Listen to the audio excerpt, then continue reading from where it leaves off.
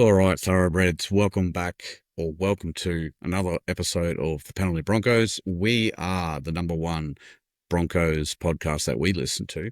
We're going to try and give you the best professional amateur advice that we can, coming to you from the bandwagon bar behind me. Online, we have a member of the Ford Pack, Ringer. Mate, how has your week been? Britto, we're back, mate. Very good week. Busy as chasing some cows around. The Gronk's here, so it's been a fun few days actually. Into a Wednesday night, absolute terrifying escape, but we got away with a win. Into a Thursday 19s, into the weekend, mate. It's we haven't had the stars align very often this year as Thoroughbreds, so we're gonna chalk this one up. How's your week been? A bit of pep in our step, hey? Yeah, bro. Fucking how good. It would have, just the cherry on top would have been the girls getting the W. Yeah. But you can't have it all your way. So we'll to take some there. Mate, my week's been pretty busy. Starting to pick up at work there. We had a double header weekend as well. And then the missus is on shift right now, so she'll come back halfway through this, no doubt. So it's just me and the kids at home for dinner, and I could not be fucked cooking anything. We had a big stack of leftovers in the fridge, so I called the fend for yourself night. Yep. If you wanted to make it, you can have whatever you want in the fridge. So we ran through it, mate. We ran through it. I don't think there's many leftovers in the fridge. Our youngest he calls them meatballs, but butter chicken. The kid can put away some butter chicken. He had seconds. He had some rice and he had seconds of that. And then enough to my own heart, mate, he's a little legend. And then I had leftover rissoles on toast with sweet chili and salt. Hook that shit into my veins. There's something about when leftovers slap, they fucking slap, eh? Like, yeah. Sometimes it's the best feed. They're just all marinates in the fridge. You forget about it. You're like, fuck yes, hook it to my veins. So, and especially with Billy Lids, it's just like, can't be fucked night. There you go. Yep. There's all those leftovers. No such thing as fussy eaters here. I tell you what though, growing up out west, and I'm sure some kids in the city life would get this too. Some people have some real weird tastes of things, right? So a couple of mine is Vegemite and honey. I love a Vegemite and honey sandwich, right? What's the other thing? Yeah, Vegemite, cheese, tomato sauce, toasty. Yeah, fucking that sort of shit. I get called weird. The oldest boy today decides he's going to whip out some 2-minute noodles.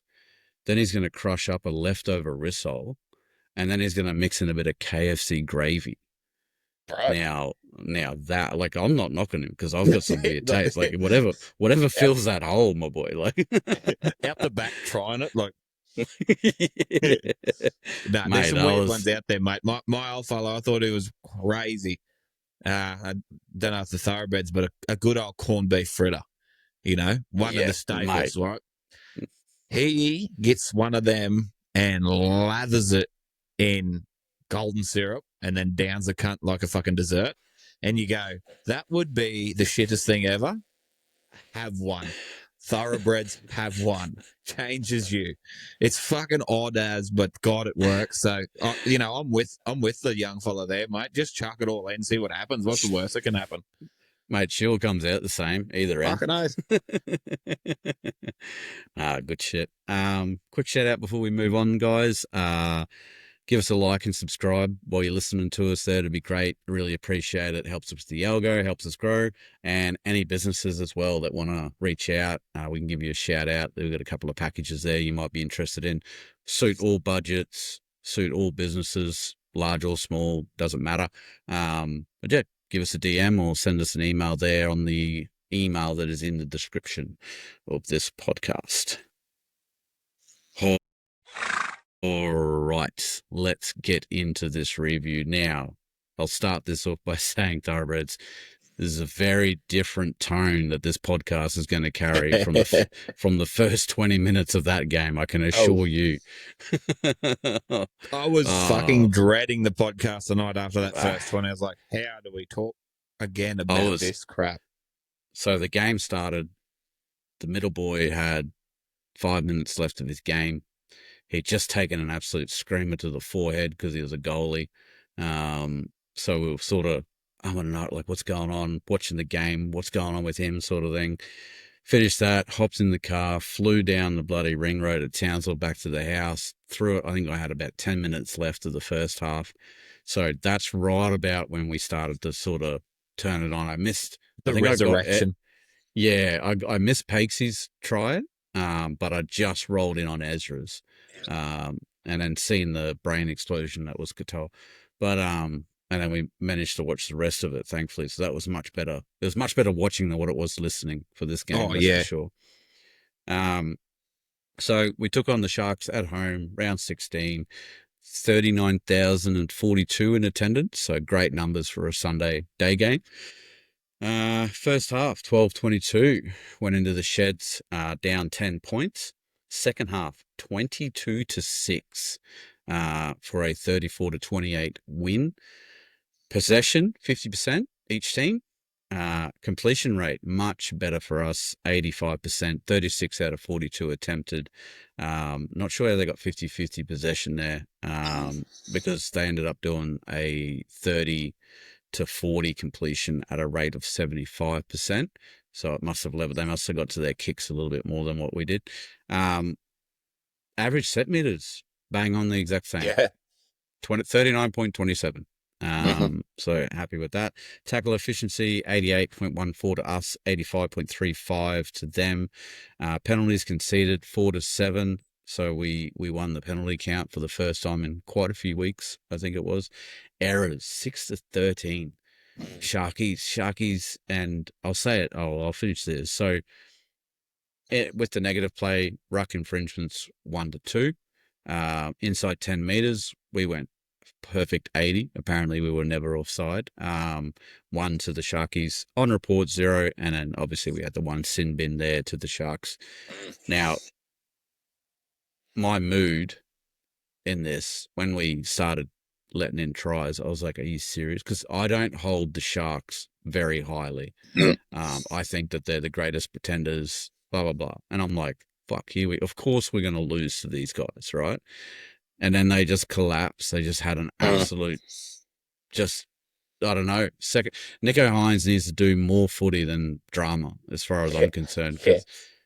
Because he tried to sell a head high. He tried to sell a bloody, shepherd or whatever you want to call it. Just awful. I'm glad they let that try for Shiba through as well. So, but yeah, what are your initial thoughts, mate, before we get through the rundown? Mate, it's good to break the Sunday 2:00 hoodoo. I know that. The day game, the 5-0. Vampires did not look fucking good at the start. I was slightly late. I come in just when they done a captain's challenge against when Paddy dropped the ball and they said it was raked or something pretty early on. And, we did not look like we come out of the Sheds, which is disappointing again. But it just once again firms for me that the Sharks are not going to do anything substantial in this season. They should have, to be honest, mate, they should have put 40 on us. And they just didn't. And I know we got better. We decided to hold the ball and play football, which is a big help in the NRL.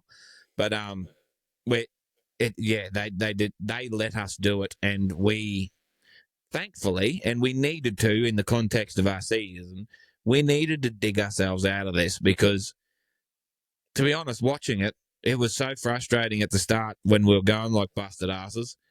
Like leading up to Corey's Pakesy's try, it was simple football. Simple as simple. March it up there, bang, easy. Ezra's a bit of a break, but I mean, it was because we just played straight and direct and then we get through.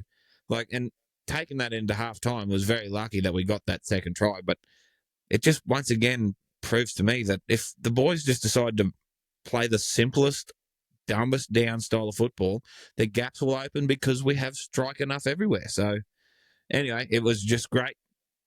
It wasn't great, but we needed that win, and we got that win. And after the 40 points flogging of the Titans and then the bye, probably a good game for them to realise that shit, like we can get flogged, but if we decide to play, we can get through this and, really go deep into this season. The reaction from Madge, just looking at the coach's box, I think they were starting to do what he wanted them to do. Like you could see, like that first 20, you need to study that because how a team like that can play that bad. Yep. Like that was god awful football. Like getting run through, the biggest gaps we're getting on our second rows were not locking in at all. Huge holes there for them to run through. And some of the shape that they did play and score off of was very, very basic as well. Basic, yeah. So simple. Nico Hines' try was catching pass. It was a nice putt. It was a great little play, but it just opened us up like a butterknife, and it was like, wow. Yep, that's it. And but yeah, just seeing the way that Madge reacted with some like the emotion that he had, it was like he had a message at halftime or even before then. You just got to remember, this is the game plan, do this, blah, blah. And then it started to evolve. It started to work. And you could just see him like, yes, like this is it sort of thing. So either that or he's like, let's just get the fuck out of here with 2 points. Holy shit. Yeah. So maybe it could have been that. But anyway, we'll get into this little breakdown here. Now, the Great White Hope, for those of you who are listening and wondered why he hasn't chimed in yet, he's having a bit of a layaway. He's got to go away to Collinsville tomorrow for work, so he's got a bit on at home there. But thankfully, he was able to sit down from the very start of the game and write the notes for us to give us the review. So I've done a little bit of proofreading, but we're just going to raw dog this one and see what he's come up with there. First set, so first minute after the kickoff, Broncos kickoff, by the way. First minute, first set for the Sharks, fourth tackle, knock on from Cameron McInnes. Corey Jensen low, Payne Haas high, forces the issue there. Third minute, first set, fourth tackle from the Broncos. The Sharks captain challenge after a Paddy Garrigan drop ball. Challenge is successful. Both teams get to their kicks for the next couple of sets. We go set for set, basically. Fifth minute, Talakai, failed bomb defusal from Jesse Arthurs. Now, I did get to see that on the mobile. Horror catch or attempt at catch for Jesse. No pressure on Arthurs. Braden Trindle holds the ball up to draw two defenders, puts Talakai over in the corner. Kick not converted, 4-0. Did you see anything from that, mate? Like, this was warning signs for me. It was, and it just put you in that old Broncos this year headspace, didn't it? When Jesse goes for the specky and absolutely bombs it, and you're like, come on, guys, is it fucking totally necessary? Like, go up for the ball, compete, but like even if he took it, he's going to be in a terrible position. Like, anyway, those doubts were certainly waving in at us early, and I'm like, Talakai could be on a fucking mission here, but and this isn't the finish of the horror of the first 20 yet, so. Alarm bell started ringing. Then we jumped to the 10th. Bit of to and fro from there. Double knock on from Fanua Blake and Haas. Broncos scrum feed. Broncos attack opportunity leads to Walsh kicking it dead on the 5th. Now I missed this one. I think I was walking to the car at this point.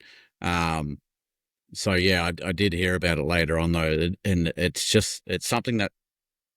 When we're off, it's something that happens. It's almost 100%. A given that it's going to happen. And what's more disappointing is it happened many times early on in this game from our three playmakers. That kicked it almost into the 20th row on grubbers, and you're like, dude, this is your fucking home ground. Like, this shouldn't be new to you. And anyway, so the sinking feeling is continuing at this point. 12th minute, Corey Pags with his second offside penalty. He didn't start the game great. I know they say that off-field, messy off-field makes for a messy play, and there is the contract talks and all that getting around. He is the only hooker without a contract for next year, I believe. I'm not sure what Billy's stance is. Do you know what Billy's contract's like? Has he got another year? I wouldn't have a clue, mate, but I know like there've been a few clubs interested in Billy, so.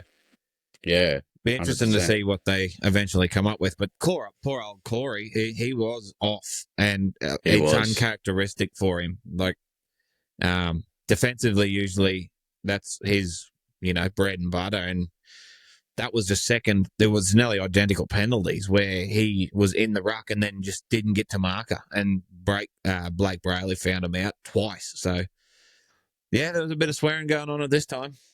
Yeah. 13th minute, Mam absolutely smoked Britton Nakora, making him drop the ball.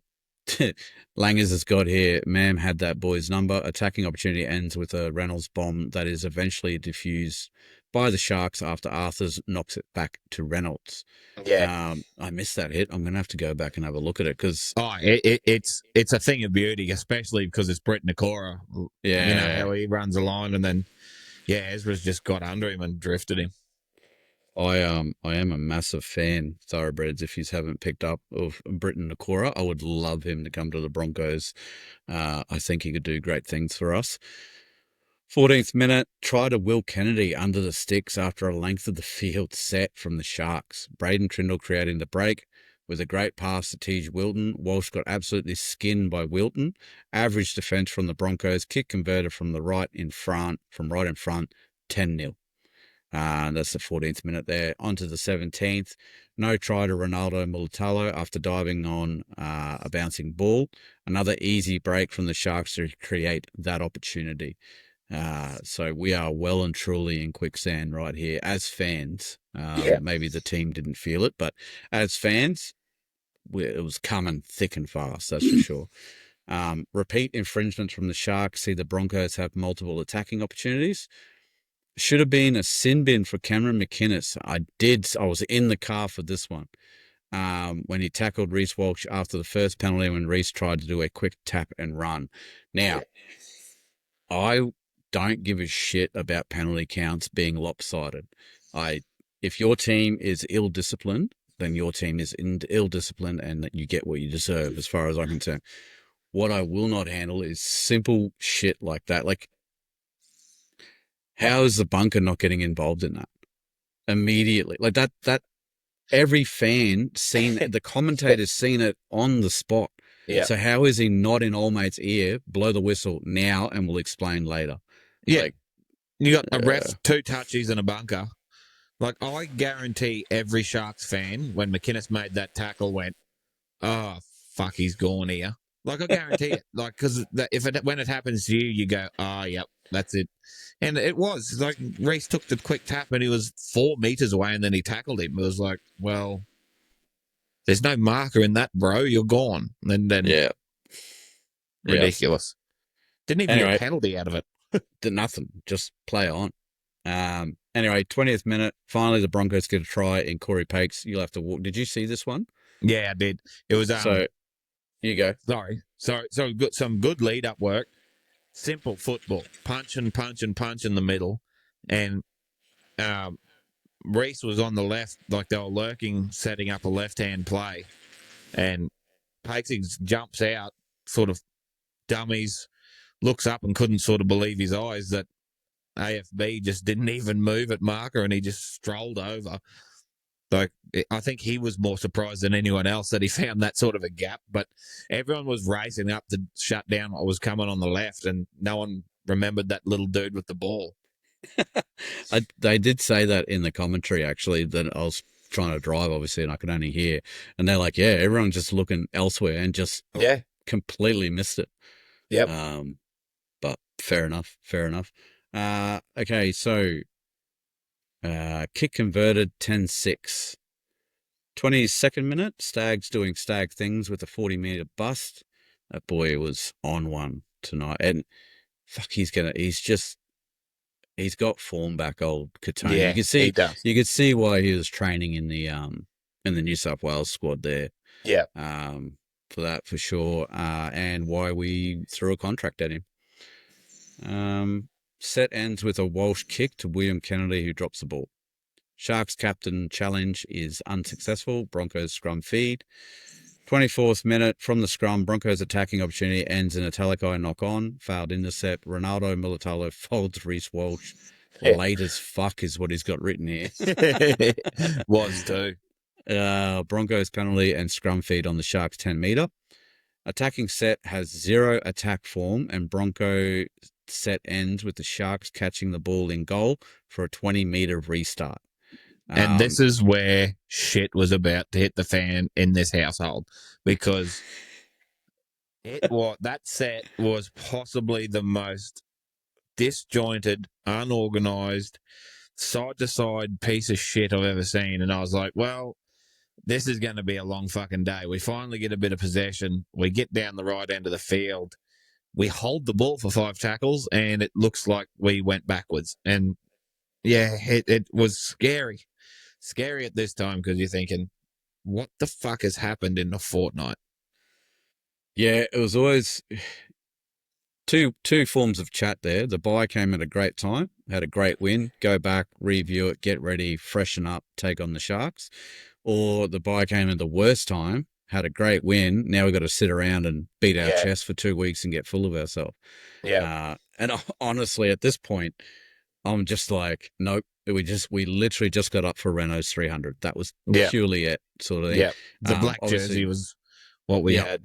The black jersey. Obviously, this was Ricky's 100th as well, so they had something to play for. But at the same time, I was pretty disappointed with Ricky. I think around this time, Arthur's had only even taken 2 runs.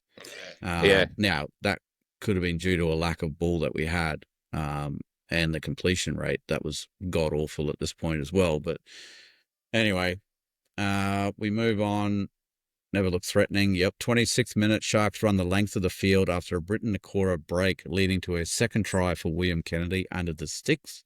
Average defense from the Broncos again, kick converted, 16-6. Haas leaves the field with the quad strapped. National shortage on strapping now. That's a big leg to strap. That's a big tree trunk to wrap some fucking tape around. But mate, that was feeble too, and it really looked like Paddy and Payne. Although it wasn't just them, but they looked slow, and like you thought, well, maybe the boys are fucking, just busted after Origin, big flight back, all that sort of crap. But it wasn't them so much. There was Ezra, there was Cure on that side. Yeah. Like it was bad. And the gaps were everywhere, mate.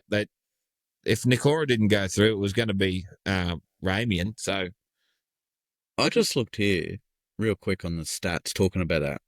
Piakora played 66 minutes for 5 runs. Yeah. That's after that great game that he had 2 weeks ago, when everyone when even Mick Ennis was like, oh, it's got Origin written all over him. Yep. He needs to find out what he did before that last game. And I'll give Brendan a little bit of leeway here, because I think the problem with him this week was Ezra played like absolute shit. Okay. He was so bad. He was out of timing. I wouldn't mind betting he had a fair bit of strapping on a knee or something too. I reckon he's got a virus and he was sick as crap, or something was going to happen with his knee, was going to blow out, because, God, he was bad. Bad in attack and slow, like he was behind the play all the time. So I'll give Brendan a little bit of leeway, but it wouldn't want to happen again if Ezra's firing. No, I wouldn't want to. I mean, he can go looking for work too. Reese is there. He can just do something. Exactly. Get in the middle and do something. Yeah, that's it. Get yourself in the game. 31st minute. EA Sports. 31st minute, try to Nico Hines after a set play from the Sharks. Pretty good set play from the Sharks. Not much you could really do. Tunnel vision from Staggs on Talakai, creating a hole for Hines.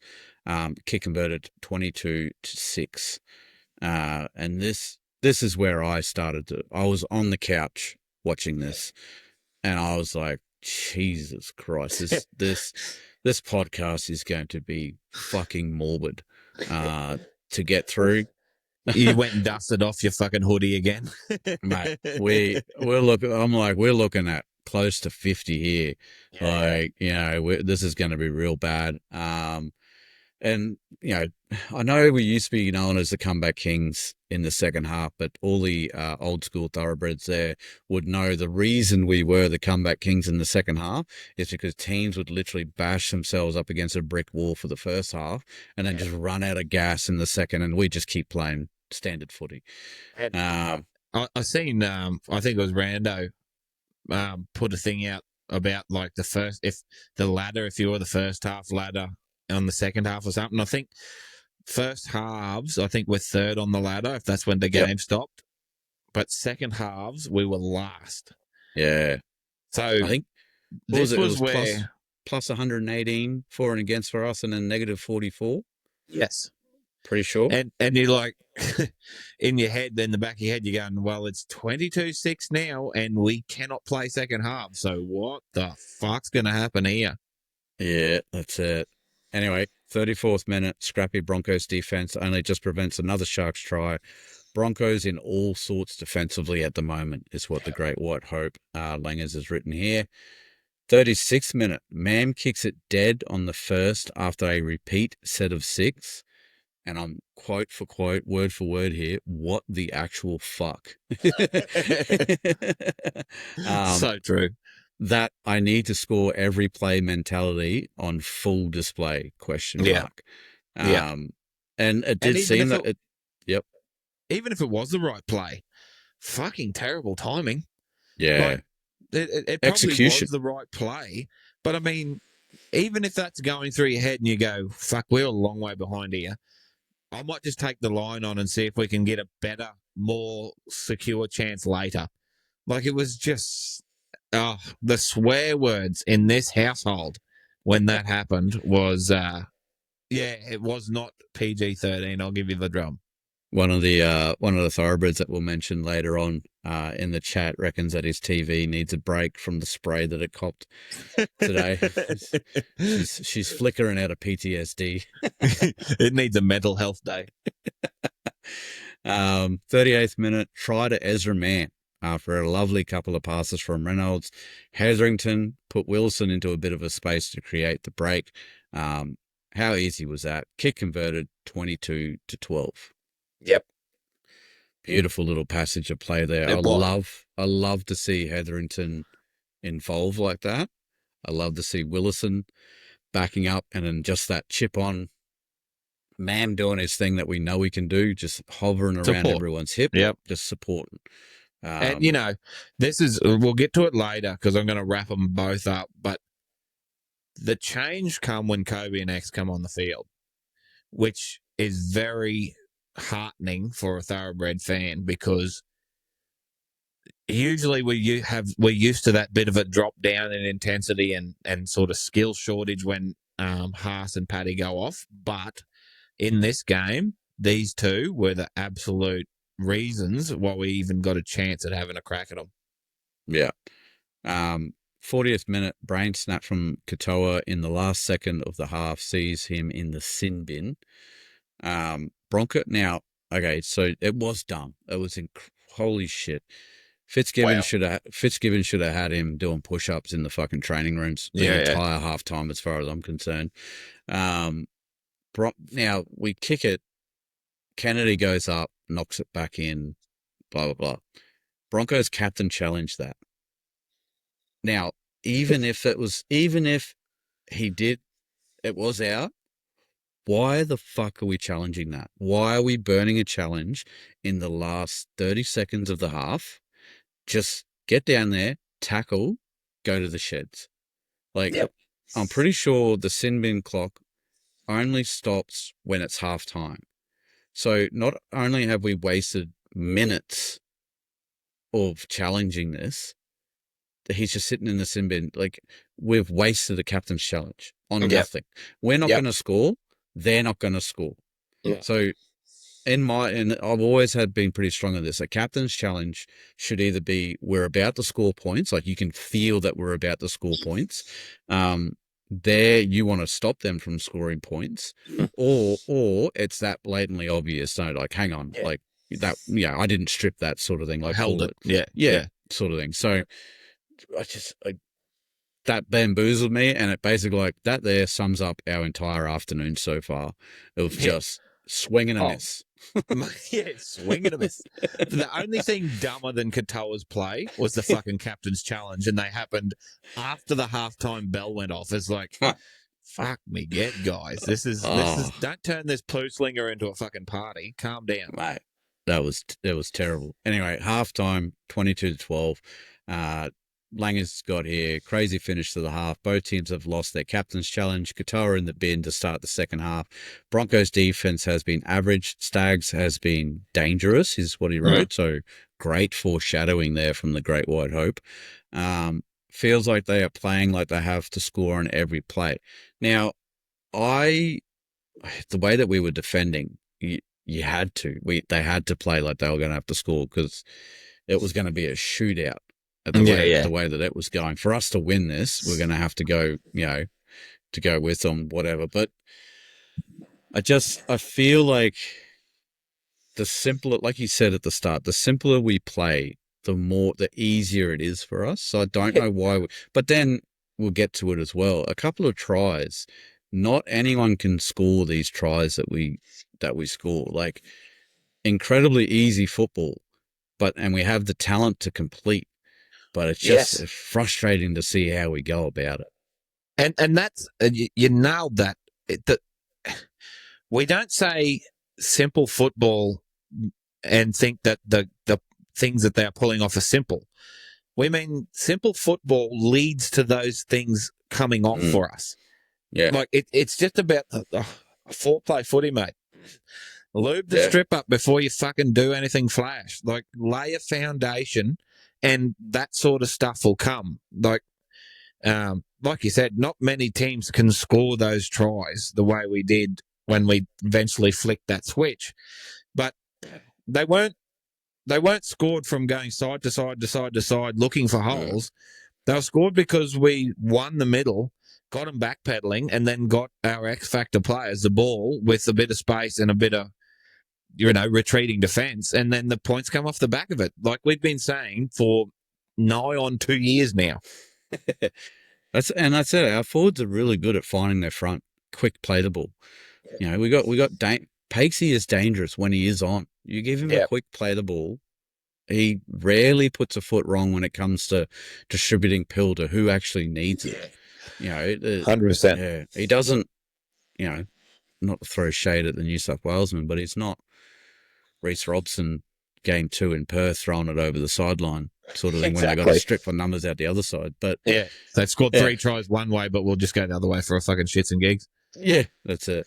41st minute of the complete game, so the first minute of the second half, Staggs putting blood in pencils all over the state with another defence-busting run. And this is where the word from the sheds must have got out, and Staggs really sort of took it on his own to set an example. We skip a bit here. 47th minute. After 7 minutes of exciting footy from both teams, Sharks get a pretty easy try from the Blake Brayley, the number 9 that I've got there. Average defense from the Broncos once again. Sharks score with a man in the bin. Kick converted 28-12. So we are 16 down. They came out firing again. It looked like we were just going to control copy, control paste from the first half there. And Blake Brayley is a fucking weapon of a 9. Bro, hasn't he turned it on in the last few weeks? He's fucking. He looks like Harry when Harry's on fire at the moment. And if he had been playing like this all year, he probably unearths Robson for New South Wales. In form by a long way. So, yeah. The most disappointing thing about this fucking try was that they had 12 on the paddock. Yeah. And a winger too. No winger. Yeah. Like we've got the pace to do that. Yeah. And we get scored on in the center of the park. Like they haven't got a winger. They're short on an edge, and we still get scored on in the middle. Brendan did get half knocked out, and how he didn't get taken off for HIA a lot earlier, I never know. But there's no excuses. It's just we're still in the doldrums at this stage, Thoroughbreds. I'm sure we all were. Just looking real quick at the overall stats there. Blake Brayley is 684 tackles. He's got 64 tackles on the next closest, which is also a shark in Cameron McInnes. So the two middle boys are just fucking whatever comes. Tackling their dicks off. I also just had a quick check there as well. Walters he can talk November 1. So 2026, he's still with us. Okay, right. We'll see what comes out of that. 53rd minute, knock on from Ronaldo Mulatalo after a massive bomb from Reese Walsh. Much needed pressure release for the Broncos. 54th minute, attacking opportunity leads to a ball juggling try to Shibasaki after a bullet pass from Reese Walsh. Almost an intercept from the Sharks. Broncos needed that. Kick converted 28-18. Now, that's one of the tries that I was going to say that's not an easy play to do. But the execution, I think my text in the chat was fucking ball and then fucking hands. Like, that was an amazing ball, and Shibasaki just delivered.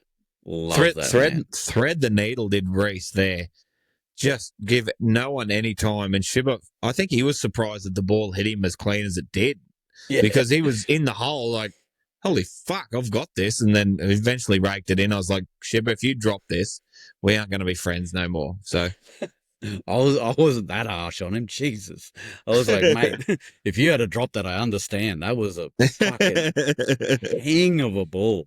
But it was, again, if it had been a little bit maybe back further, even forward, even if it was a little bit, out in front, maybe he doesn't get that sort of thing. Exactly. So, it had to hit him where it hit him for him to even have a chance. Yeah. So great little, and then the little general just converting the 2 points every time we fucking needed it. Anyway, we get a little bit of a peck in our step. Like, maybe we can do this. 28-18. I mean, we've been 10 points behind majority of the game. All we need to do is not let them score again, and we're on here. 57th minute, Braden Trindle kicks the ball out on the full after great pressure from the Broncos. Feels like the Broncos are starting to turn the table. 100%. And it did. It, like, that kick out, and I was like, we need to do something with this now. Like, we capitalize now. We're going to put some pressure on these fuckers.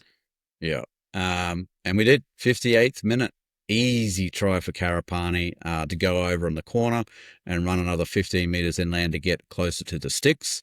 A lovely pass after slipping into the hole and drawing the fullback. Sharks wanted an obstruction call from Jack Kosowski and Nico Hines collision. Kick converted 28-24. Nico made... mate, you struggle to respect. I'm glad the try got given. I think everyone was kind of glad that. But when you look at that and the emphasis that Nico put into appealing for that, I think AFB stopped. I think Cameron McInnes might have stopped. As soon as he hit the deck, they just went, boom, hands up. What about that, sir? Everyone stopped. It balls my piss, that shit. It does, because especially that one when it was like, he's on your inside shoulder, mate. Like, and he's like, he didn't run through and knock you over, or he just like, you pushed off you, and you had the chance to slide and you didn't. You made a terrible read and then fell ass over it and then threw the hands up in there. Very Mitchell Moses-esque. So, I'm glad they give that. I didn't think they were going to when I first seen it. I was like, oh, I'll bet you they call this back. But then when you look at the replay and you're like, nah. Nope. It was. I thought as soon as I was like, if they're checking for this, then we're in danger.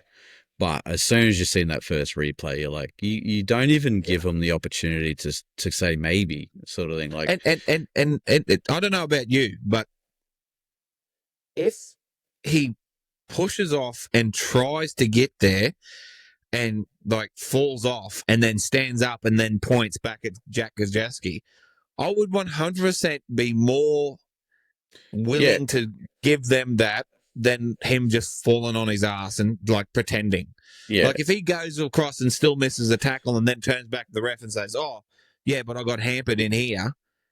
Like 100% I'd let them have a look at that a lot more. Yeah.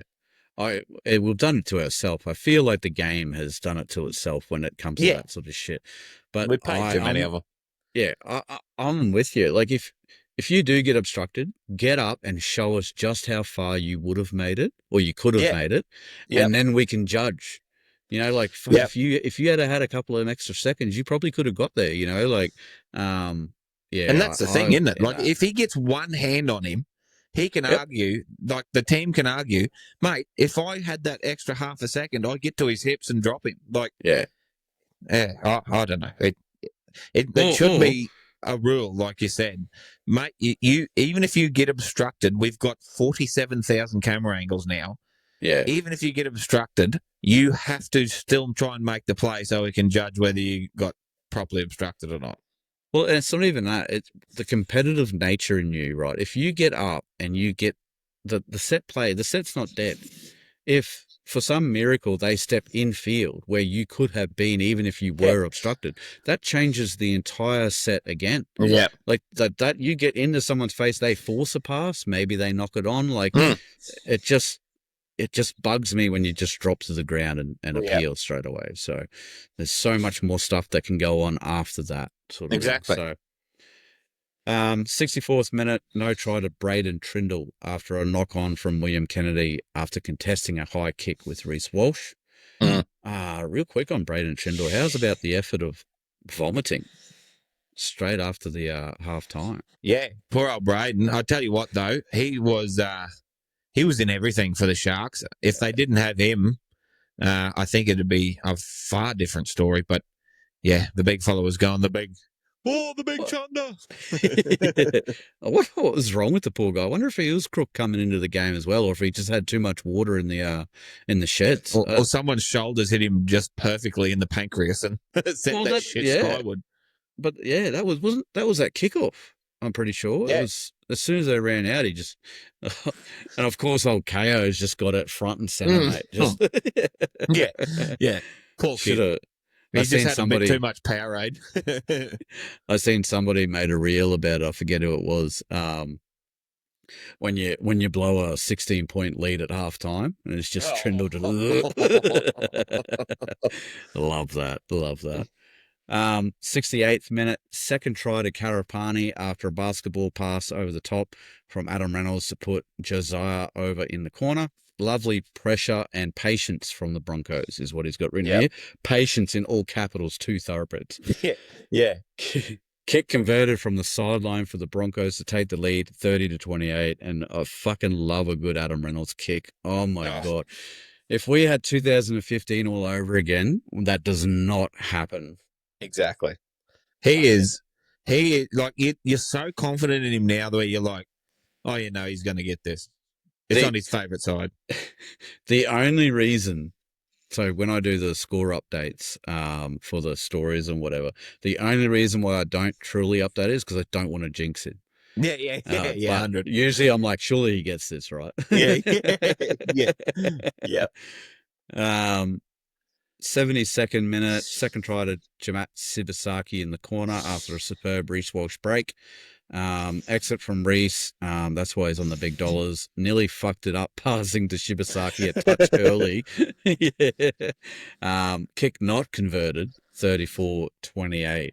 That was great. Like Reese, his knees obviously are, like he's got that tender PCL, and they reckon that you got to play with it for the rest of the year. But excellent space awareness there. Mate, you're right. I thought he fucked it. Such the X factor, isn't he? Like everyone could have their say when he wasn't out and whatnot, but we don't have him in this game. Mistakes included, we don't get the dub, and it's just one of them smart footy plays where he knows he can just hit that gap enough to get through, even though he is limping a bit with that PCL. Like Billy Slater said, he's going to play for the rest of the year. It's just about getting the needle in the right spot. And then to still put Shibber away, he nearly fucked it, yes, but he's still done it. So, yeah, it was vintage Reese. Yeah, Shibber's good enough too in that situation not to fuck that, I reckon, as well. And not panic. Like, he knows he's big enough to not get bundled out. He just, once he got hold of it, he was safe. Yeah. I think in that play as well, was that the play that Katoni fooled everyone and took off down the blind side. The markers went one that's way, when and we were coming out of trouble. Yeah, he grabbed like an easy 20 meters there, and like that must have been off the back of the penalty because he done that, and then Jesse run into the marker that wasn't square. So we must have went to the other side and then went straight through. Yeah, correct. Great bit of play there from everyone. 75th minute, grubber from Katoa sees the scrambling Broncos defence. Karapani knock it dead for a dropout. Reynolds does a long dropout. I don't think it was Reynolds. I think that was Reese. And kicked the fucking skin off it too. That thing landed 55, or was it 60 meters on the fly? Yeah. Jesus Christ. And in all the note taken, like Langers is sitting there, like they've scored a try, he's just down to his notes. You know, they do some good, he's down to his notes. They've kicked it long on the dropout, he's out of his chair, fucking spraying champers around. Like I would have loved to have been a fly on the wall in Langers' house when that fucking drop kick went over the 50, Loving it. Sharks' attacking opportunity ends with a catch on the full in goal for Katoni. That, I know he probably didn't mean it. He probably he was looking to just take it out, sure. But he caught it on the full in the goal, got us a 7 tackle set. Yep. That shit will get us a fucking, oh God, I hope it gets us a grand final berth sort of thing. Like, that is a killer play. And just the fact that he was coming back there, screaming back there, to be there to diffuse it if something was going on, just shows you why he's playing so good, because he's got that mentality at the moment. Yeah, and hopefully it's infectious too. Fuck yeah. And no doubt it is. 77th minute, Nico Hine loses the ball coming out of the Sharks' end. Pierre Cora low, Shiba high, getting the job done and creating an error. This is another one of Nico's theatrics. He tried so hard to get a head high out of that from Shiba, and mate, was not on. 79th minute, setting up for a field goal in front of the sticks. Renault drops the ball. Sharks with the last attacking opportunity of the game. That kind of did annoy me as well, but that was pretty good pressure from the Sharks. Made him have a look at least. Anyway, so we need to be better at that stuff, because we had a shot. Well, we were setting up for a shot a couple of sets before. Billy Walters on the 4th takes a scoot himself and gets caught, and then Payne does Payne things and runs fucking 38 metres away, and Billy couldn't get there to get the pass to Renault, so it ended up being a fucking dog's breakfast there too. Yeah. And then we finally get Renault in position, and we still didn't get it right. And when we got a player like Renault that can kick him from anywhere, we need to set that shit up better, because there's going to be games where we need it, and we want it. We don't want to fuck it up. Yeah, for sure. 79th minute again, Sharks drop the ball to extinguish any hope of a late comeback win. Broncos win 34-28. Much better second half from the Broncos, coming back from 16 down. Sharks average in the second half definitely helped. Never been so happy to lose a Broncos 13-plus bet. Plenty of issues and errors to address during the week. Most of the Sharks tries came from average defense. Bring on the fucking Wars is the last thing that he's written here, and he leaves us with that note. 100% bring on the Wars. They could be stinging after that loss, though. Yeah, we get the Wars after their first fucking loss forever, so that's about right for us. I think I've seen somewhere that Metcalf might be out, though. Yeah. He might have a quad complaint or a hammy or something, so never know. We might be hitting a pretty good vein of form as well if we can just tidy that shit up during the week. And we're back at home again too, so it's not like we got to go away for it either. And it's a day game after a day game, so maybe they might be acclimatized, the Vampires. They'll put the sunscreen on early. Yeah. All right. Just before we get into any general chat about the game, so man of the matches had a great response, great contribution, Thoroughbreds, to our Thoroughbred man of the match. Haas got it. He actually killed it. There was a lot, though. A lot of you guys named everyone nearly. I think nearly, I would have to say at least half the team got a mention. Renault, Reese, Ezra got a throw in there. Ricky got a throw in. Hetherington. Yep. Who else was there? Yeah, there was a lot. And it's great to see, but Haas won out for sure. And his stats, and I'll just quickly run through them real quick now. So 58 minutes, and I believe that he is definitely injured with that quad. So 58 minutes, he did 21 runs for 200 meters and 86 post contact.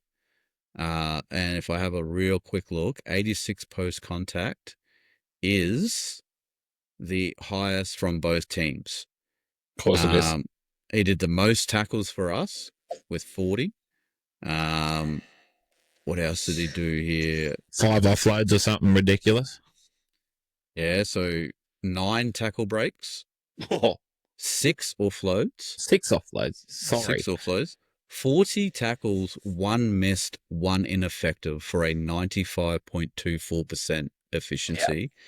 Yep. And he led away 1 penalty, but other than that, a clean sheet of errors. Just hats off to the big man. That's ridiculous. So good call, Thoroughbreds, on that one. Ours, Katoni Staggs. Yeah. I know once I named him here, and then I found out later that he'd actually been named man of the match, I believe, on the ground as well. So I was like, oh, sweet. Got that one bang on. But Katoni Staggs in 80 minutes did 13 runs for 203 meters, 4 line breaks, 10 tackle breaks, 12 tackles, 2 missed, 1 ineffective for 80%, and 0 errors. Yep. So hats off Katoni, mate, and Haas. Just big reason to why we turned that game around for sure. Oh, Katoni especially. Oh well, both of them. Payne does that. So like we get so used to it every week that it doesn't sound phenomenal because he's just so good, but it is when you look at that after an Origin backup, the way he skittled a Sharks defence that are fresh as daisies with those offloads and that, and then Katoni off the back of it, like for a period there when we started coming back on top, like we'd get a couple to the middle, throw it to Katoni, he'd make us 20 yards, like at a pinch, and he's up against Talakai, mind you, who was his opposite. Like it's not as if he was a small body. He'd get around under somehow, fight his way for about 20 yards, get us on the front foot, and then we'd punch back through the middle and things would start to open up. So, yeah, both of them players, they give them the Dally M points for the game. That's for true. 100%. Quick shout out. So just looking here real quick at the stats. 4 of the back 5 ran for 100 plus. Patrick Carrigan ran 145, and Xavier Willison ran for 132. Yeah. So that's really good. Reese did 20 runs. Mate, I was just going to say, got to wrap Reese, even though he kicked the shit out of that ball dead in the first bit, and he was limping around a bit and didn't look 100%. 20 runs, 182 metres, 4 tackle breaks, 1 line break, 3 line break, 6, and 3 offloads. Yeah, like we're taking that every fucking day of the week. Like that's mate, big numbers. Those assist numbers, the 3 line break assists and the 2 try assists, are why he's the X factor. Yeah, exactly. That's why you cop an error. You cop an error because you know at some point he's going to score you or set up the try that wins you the game. And he had 0 errors for this game, according to the stat sheet. Yeah. Except for the kick, which definitely should have gone down as an error. I don't know why it didn't. Oh, it's in the kick, so kick dead. He did 1 kick dead. So, yeah, fair enough. But while we're on the stat sheet, Kobe Hetherington, mate, I have to give him a rap. Yep. I think things turned when Kobe come on. He seemed to tighten us right up in the middle. He made 30 tackles with only 2 missed. Yep. And he just brought some stability back to us, him and X. X was very good. 22 tackles, 0 missed. So when they come on together, really shored us up. And then Kobe only made 9 runs, but at least 3 of them were very dangerous. Almost like the one he got away that ended up being Ezra's try. He made another half break and another one. Just ominous, and they're not liking him in the middle of the field when he comes on fresh, which seems to be the best rotation for it. He played 46 minutes, I'm pretty sure, or 36. Which is still more minutes than he was playing when he was fucking on the run-on team, so that still baffles me. But I don't fucking get it. On top of that, you got X running for 13 runs, 132 metres, 22 tackles, 0 missed. So, exactly what we want from our boys off the bench. In a game where Corey Jensen was very quiet, I think that the other fellas really stood up and filled that hole. Even Jack Goz, mate. Jack Goz was very safe. He didn't do anything wrong, held the pill, defended well, got us, done exactly the job we want from him when Pekura wasn't, filling that gap. So, the bench really helped us out, I think. It's going to be very interesting going forward because, as you may or may not be aware, Thoroughbreds, we recently signed not a young fellow, 26-year-old, what was it, Ben Hulty, yeah. Hulty from the Bears down there in New South Wales Cup. He was on the Melbourne Storm radar. So Bellamy he was a Newcastle Knight. They grabbed him from the Knights in 2023, mid-season, round 14 or something like that. And they've taken him down to the Bears. They must have seen something, and maybe if Stefano or Blore didn't do what they thought they were going to do. I think there's a couple of others down there in the Storm system that kind of are doing better than what anyone expected. He must have been fucking close to getting a call up. He's played trial games. So he played trial games for the Knights and he played trial games for the Storm. I'm yet to go back and have a look at his stats during those games. But he's a nuggety little dude. And if he is a match player, which is what a couple of the people that we've reached out to say, Jack Wyswelski and even Kobe maybe could be in a, they got a bit of competition there now. I'll even go if Brendan Piacora and Geordie Ricky don't pull the weight, their spots could very well be up for grabs. Exactly. Madge making moves. Pressure builds diamonds, eh? So whether Big X and Kobe's performance today were reflective of them signing this hot throbber from down south, it's only a good thing to get a bit of extra forward, like edge and, rotational forward depth in our club is what we need. So, but yeah. 100%. I've just seen how quick I could do that, but I can't do it quick enough. All right, we will move on. Anything else, mate? Anything else on the game? Oh, mate, a win we needed.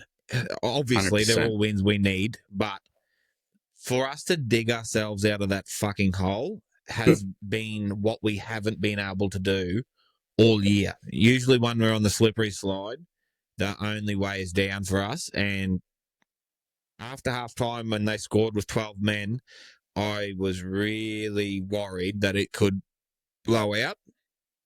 But we got back to our basics. I think we end up completing at 85%. Yeah. So,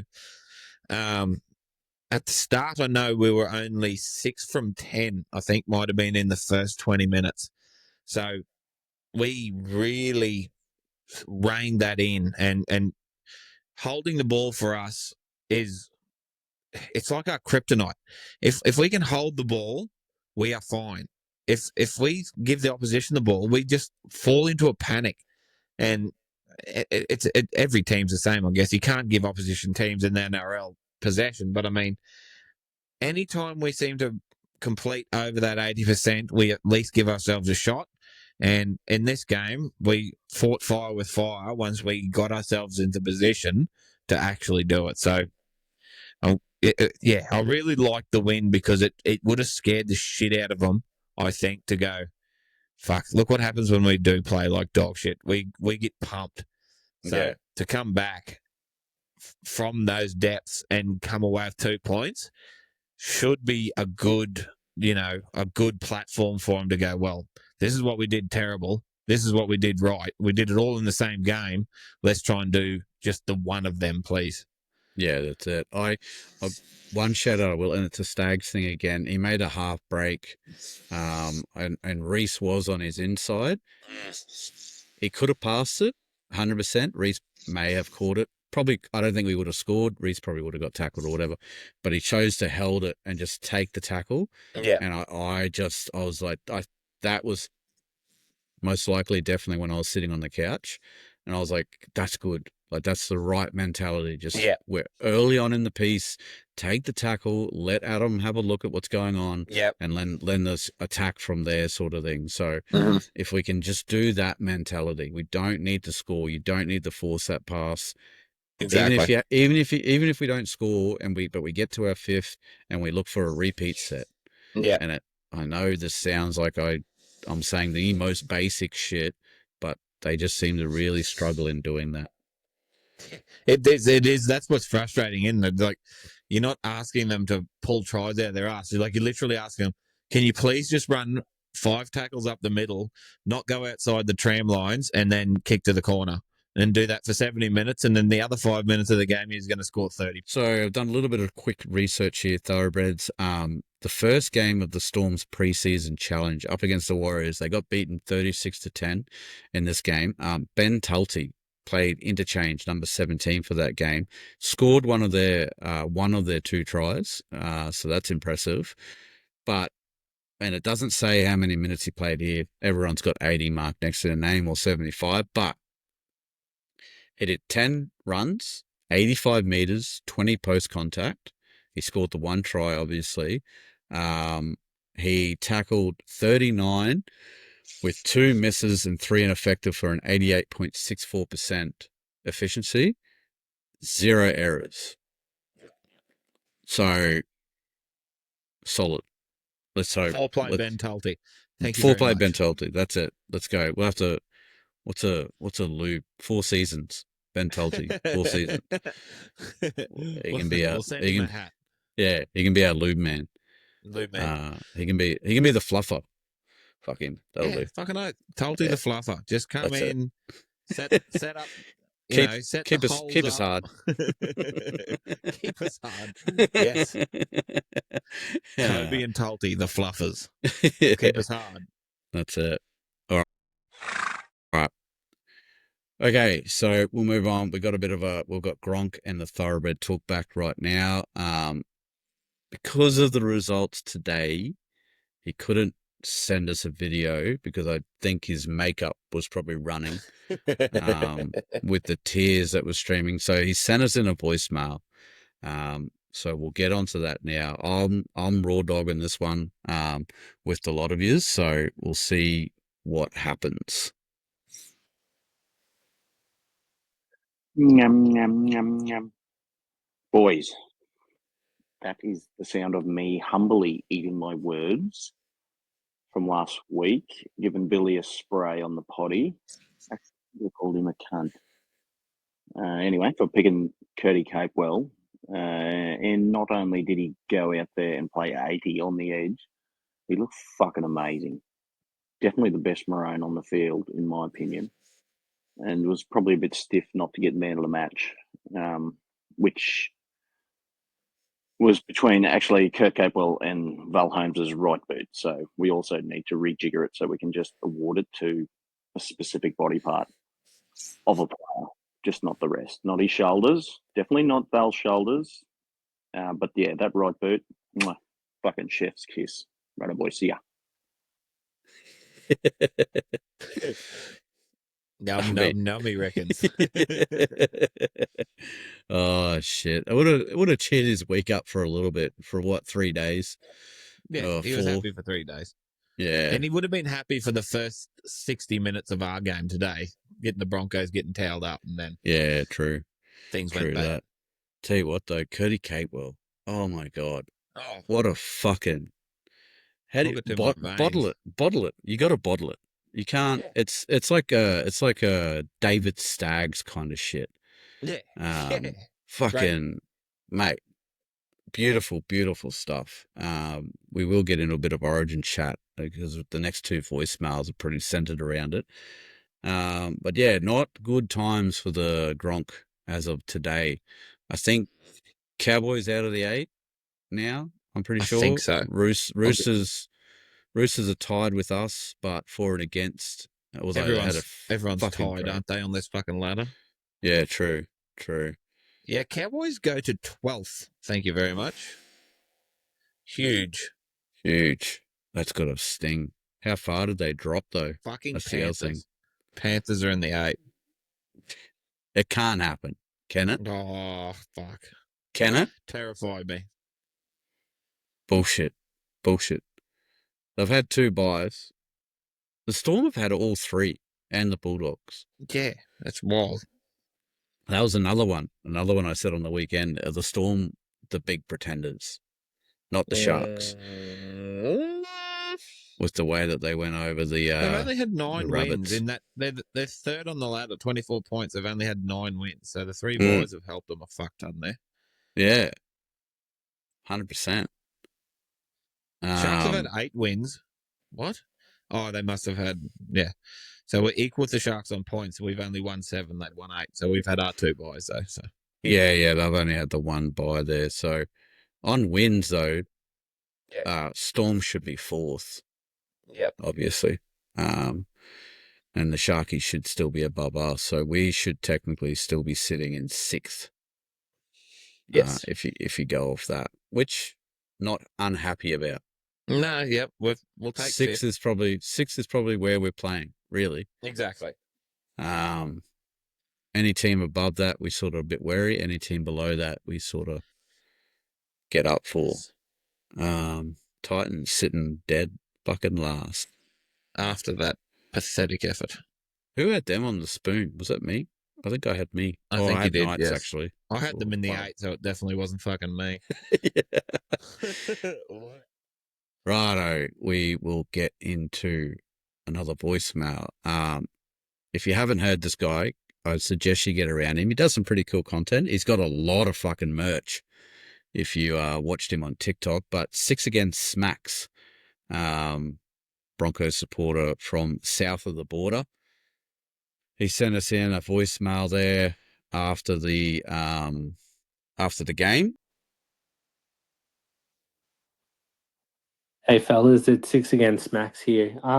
Craziest thing happened, right? And I'm just trying to get to the bottom of it. So there was this massive influx of brooms in New South Wales that were apparently going to sweep us, and they seem to have gone missing. So it's bizarre that all these brooms that were going to do sweeping just suddenly at the exact same time all just disappeared. So I think we should really open up an investigation and try and find out where all these brooms have gone, because it's just an anomaly that, yeah, I just can't wrap my head around it. People have been telling me for months now that Queensland were going to get swept with these New South Wales brooms, and they're nowhere to be found. But yeah, boys, if you can shed some insight into where they are, it'd be greatly appreciated. All right, fellas, have a good one. I think I know where they are. They got lost in transit at fucking Perth, mate. Yeah, Perth Airport. Doing some fucking heavy lifting for the broom world. New South Wales are looking for excuses, so it's no doubt they'll blame Australia Post or something like that. Yeah. Oh, excuse capital of the world, New South Wales, on a fucking Thursday morning after a loss. Oh, my God. Oh, and the best thing was, I don't know if you've seen Thoroughbreds, but I went on an autopsy for the Origin Game 1 with Link at the Nighted Bar, which was, you could say, in Queensland terms, a bit of an ambush. When it came to the fields, the calls that he fielded on that show. But just the chat that was going on with that, I was like, if you guys lose this next one, this is going to make for some fucking beautiful tears. Like, this is Excuse City coming in here. Oh, red hot. The way they were carrying on, like, it's so typical of the south of the border dad kisses, isn't it? Like, how the hell... Like, even they say, 8 penalties to none. The way he was carrying on in the first game, it was like, oh, yeah, bring Kurt Manning, bring Kurt Capel, and you might as well piss up the wall. You aren't good enough, blah, blah, blah. It wouldn't matter who you put on. It's like, and then you go to blaming penalties as your excuse. It's like, as Guru and Matty John said, if you're the one blaming the referee, you didn't do enough to win that game. So Yeah. I think that was quite evident. Like, they fucking near won it, so they can calm down a little bit. Like, Yeah. they've got the team to do it, but they just didn't, unfortunately, for them, not for us. That's 100%. Right, well, we might be able to elaborate a little bit on your broom chat, but first of all, we have one more voicemail to get through, and that's straight from the Ringer's mouth, fresh after the victory on Wednesday. 3 rums deep. 3 rums deep. So we'll see what he reckons and what he comes up with here.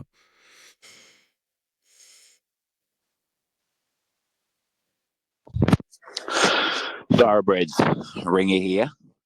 Definitely had to leave a voicemail because my heart has been dead set in my mouth for the last 20 minutes of that game. That was heart-stopping rugby league for a Queensland fan because the Blues were absolutely rolling home and we decided to stop playing rugby league and hand them the fucking ball every 2 seconds. We had it sewn up. We had them pinned down their end, and Hammer comes up with an absolute fucking howl of a knock on. Anyway, we get the win. We have a blueprint now to work on. Bash the cunts. They hate it. They hated that first half so much, New South Wales. Trell did nothing. Cleary did nothing, even though he might be a little bit sore.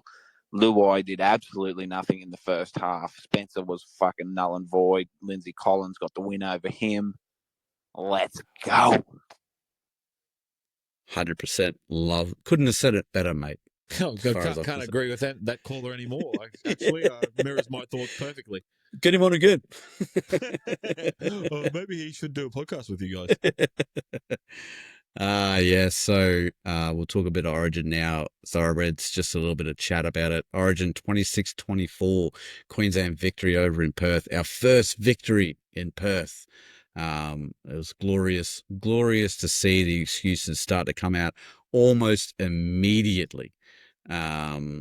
Anyway, we had to do a bit of soul searching the next day just to make sure that, we really didn't cheat the system. Now, you can say that New South Wales scored more tries, because they did, 100%, and they were the stronger team once the penalties stopped.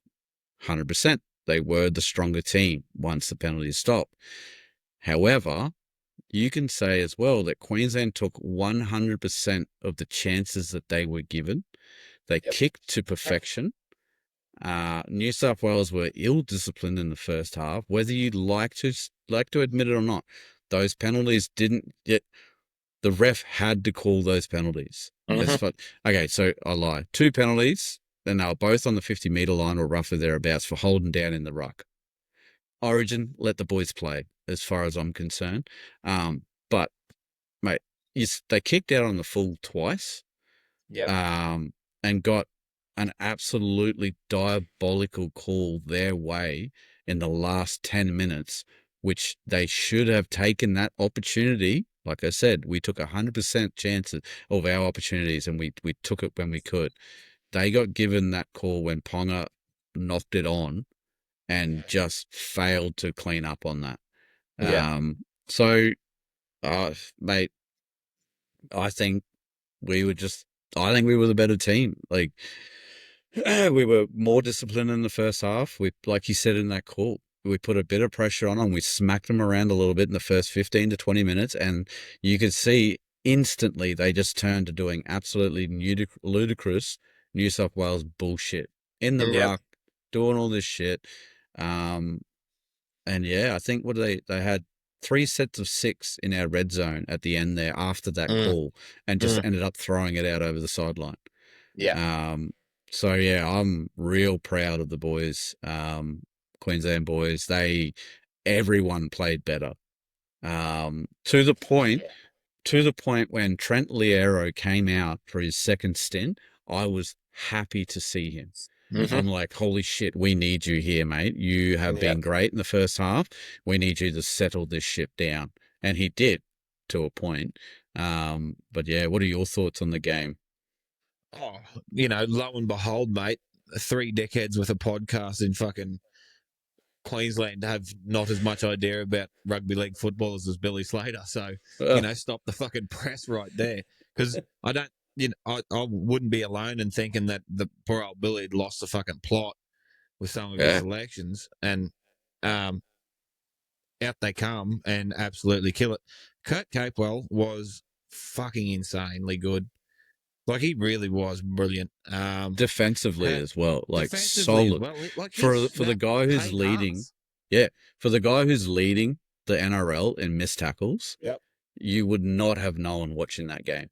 Not a fucking hope. I think it was 33 with 2 missed or something. His end up stat.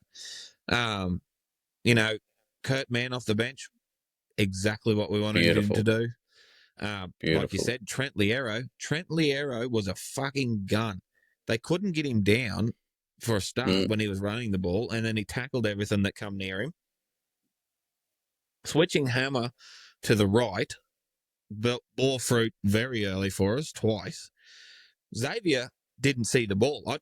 Xavier could have had a bloody tea party out on his edge because we didn't throw the ball to him once, which, if you're looking for things to do in game 3,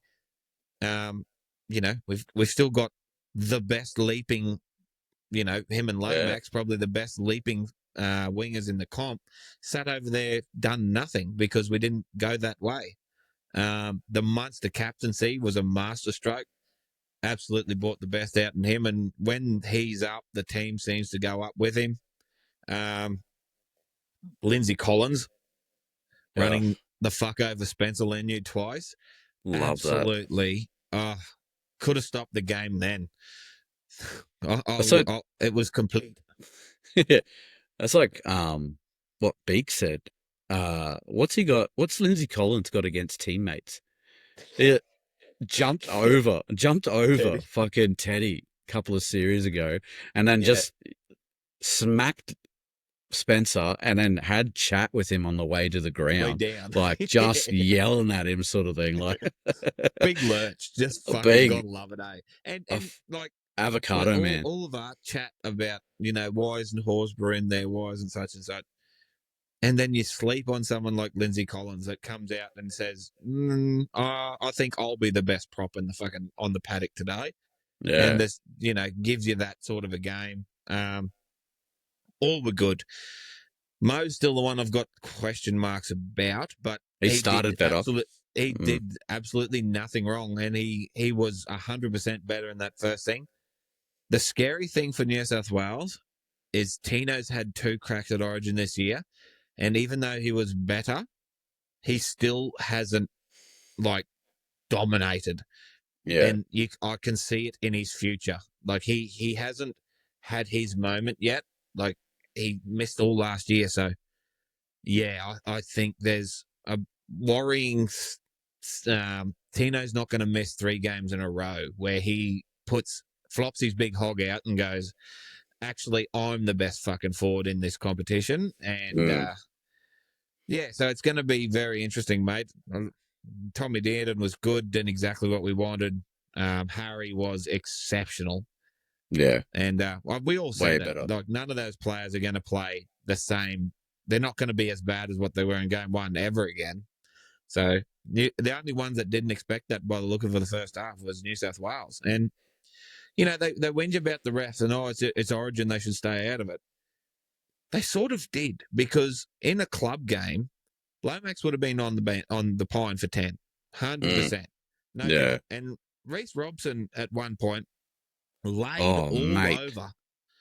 That, if that's a club game, that's 10 as well. So you did get Origin reffing. Yous were very, very badly disciplined, and it showed. Like, Trell coming up with a leg when, I think it was the 4th tackle, and we're out on that right-hand edge.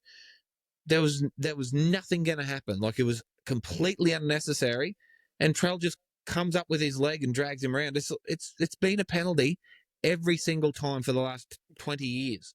And you can't blame the ref for that, because it's like, he has to give that. Yeah, you're giving him no choice. No choice. Zero like, choice. Yeah. And just looking at the minute, Mo played 23 minutes. Yeah. Fuck all, right? Carrigan played 33. Yep. Nanai played 27. Arguably we left our two big guns on the bench for the majority of the game. Lindsay Collins played 36 and did that much damage in 36 minutes. Kurt Mann, and talking about taking your opportunities, we got a free interchange essentially when Lomax elbowed Liero in the skull there, and so he come off HIA. We let Kurt Mann come on. What do you know? Kurt Mann, KP. So KP links up with Kurt Mann, ex-teammate, throws it back to Kirk Capewell. Two 30-odd-year-old blokes playing for Queensland State of Origin with their heart and soul for a try. You couldn't fucking read about it. And you know, it's one of them Origin moments that it throws up in that, like, one from Winton, one from Charleville, like two bushfellas end up linking up to score a try in State of Origin in Perth. It's like rugby league gods are just like scripting that shit out. Like, kids out west, mate, are looking at that shit going, fuck yes. Like, and shout out to Kurt Mann too, mate. Well done on a debut and a great, absolute solid game. Great defense. Great he really tightened us up in the middle, even though like they were getting us on that edge with Trell and Toto, but they were not scoring a point through that middle. That's another thing as well. So what I noticed was Kurt played he made it look like a club game. Obviously it's Origin and you have to go to that next level. Well, he went to that next level and he played that game like it looked like he was playing a club game. That's how well he played when he was on. So anyway, a bit of chat there. So moving on to game 3. Now, game 1, you said, I believe, New South Wales played well, but they looked like they had another gear in them, whereas we played awful. And like you said, they're flat out finding another game where they play that in a row, let alone again. Sort of, we definitely didn't play that bad. We went up. New South Wales looked like they went backwards to a certain extent. Now, Payne apparently had a quad injury or groin injury, which he picked up before, but seeing today, like he's punching through it, like whatever.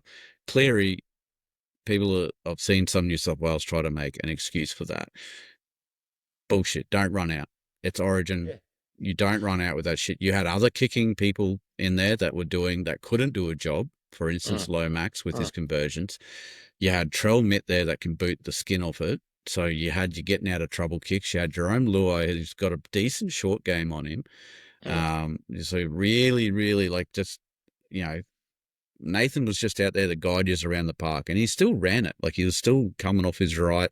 Exactly. Doing all that sort of stuff. But, well, sorry. He scored that try that got disallowed. Jumping around and you surely can't use that as an excuse. He wasn't 100%, but if he didn't think he could do the job for New South Wales, don't throw it on the field. You got Jerome Luai and Matt Burton sitting there. That's it. That's exactly right. So what I want to know, game 3, real quick. I've got here the list of both teams, so we'll do Queensland first. Ponga, I've got us dropped, but this was made in emotions Thursday, by the way. This is emotional, Britto. This is emotionally charged. I've got him dropped, but I mean, did he do that bad? Like, it's KP. Like, the conditions were shit. Yes, he wasn't catching them, but the conditions were awful. He really didn't do anything too bad, I didn't think. No, and he wasn't overly involved, but when he was involved, he got a few half breaks and like quick play the balls and shit. So he had a lot of errors, but again, the conditions, anyway. Coates, I've got left there. He did nothing wrong because he essentially did nothing. But I mean, you know, leave him there because you know what he's got. Yeah. Toya, I feel like he had a learning curve in defense. I feel like game 1 he would have definitely been pumped for it. Game 2, maybe reality hit a bit, and they obviously did some film on him, and took advantage there. So I think, you know, his defense was questioned for sure, but I think he'll get better.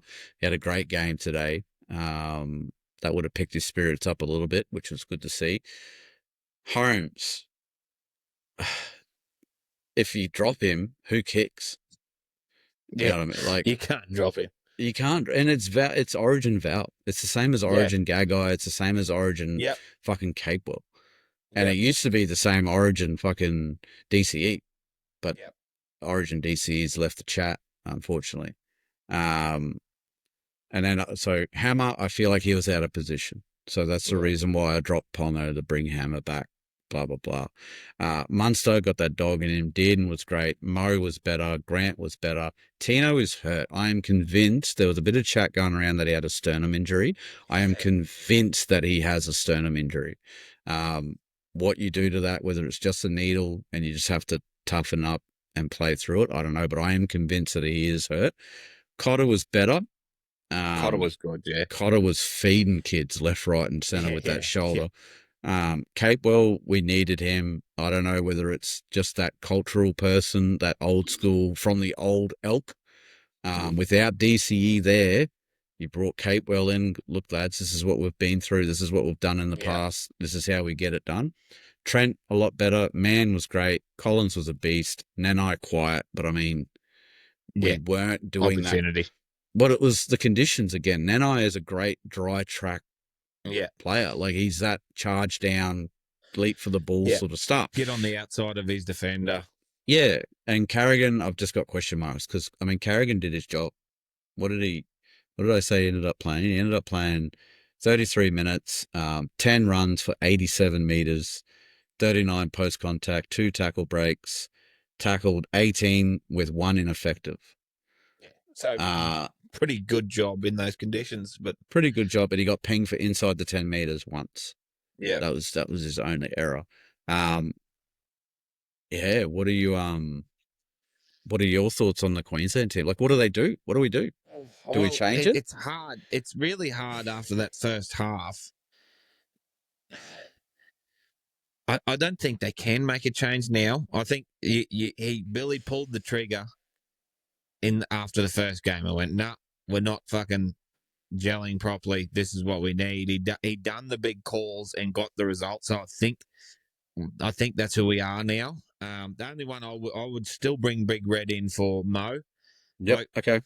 Mo can do 12 months of getting that position back, but Big Corey does a fucking job and bit more versatility.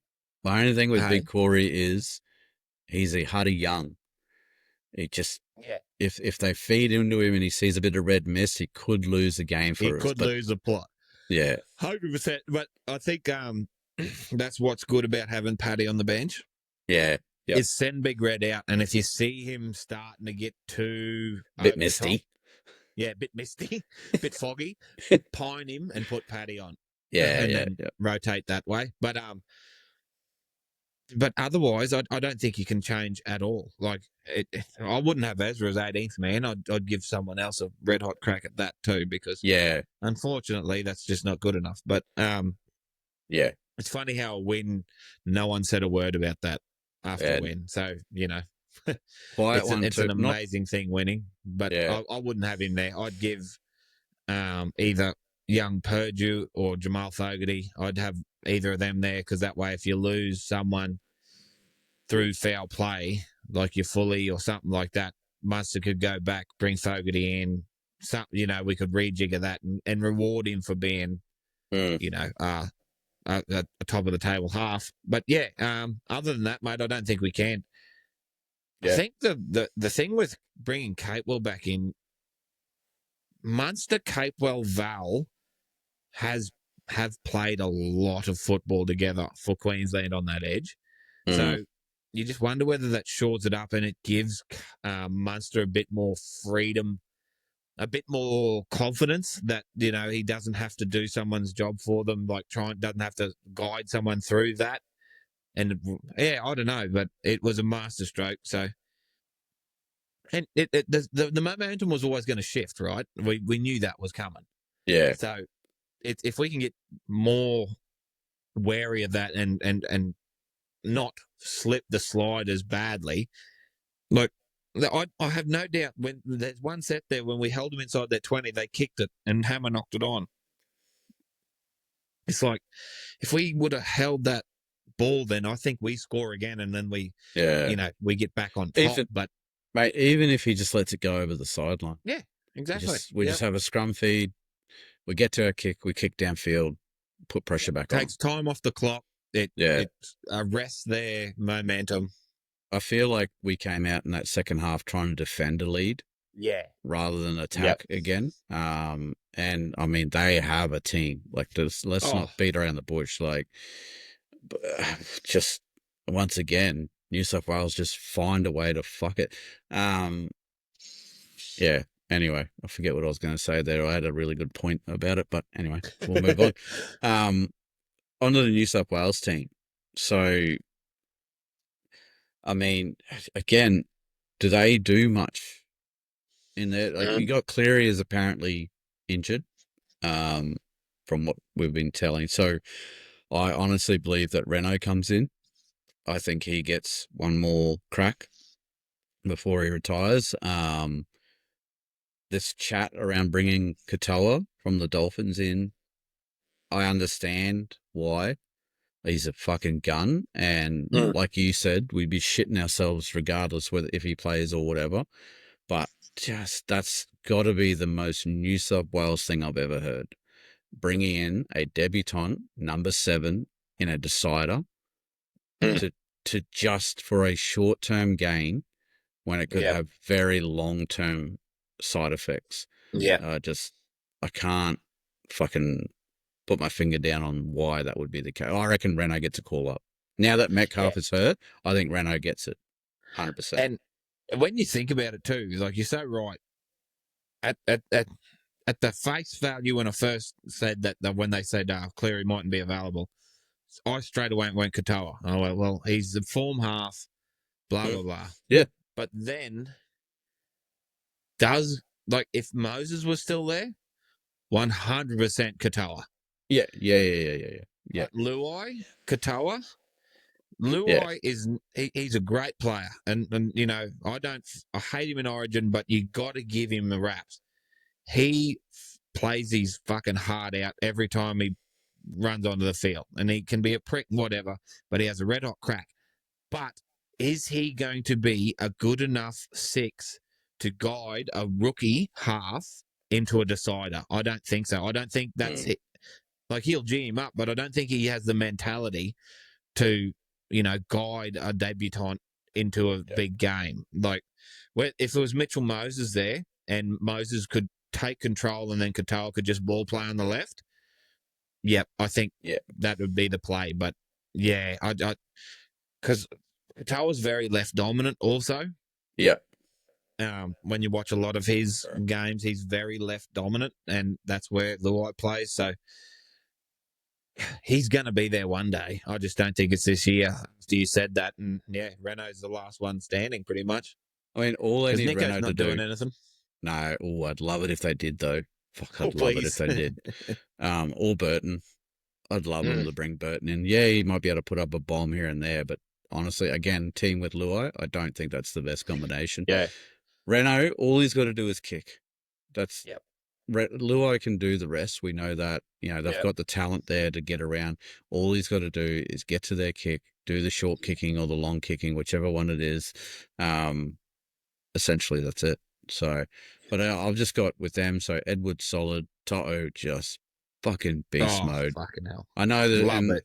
New South Wales, I know, probably should have won man of the match regardless of the result, because he really was the man of the match. 4 tries, I think it was. Critter was quiet. I think they did a number on keeping Critter to where he had to be. Latrell was mixed. So Latrell did some great tap-ons, and he did that one-on-one steal. Not really one-on-one. It was 4-on-1 and then quickly get away while I do this sort of thing. But other than that, he was pretty quiet. He did a couple of kicks and everything.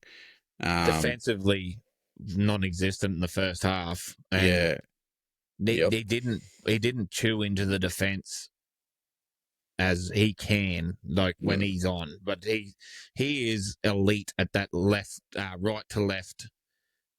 Tap on, find the winger pass. There's no one better. So, But that's the thing. He does it at fullback, right? So he doesn't need to be at centre to do that. Yeah. Playing at centre, like you said, defensively, I feel like he's just at Origin.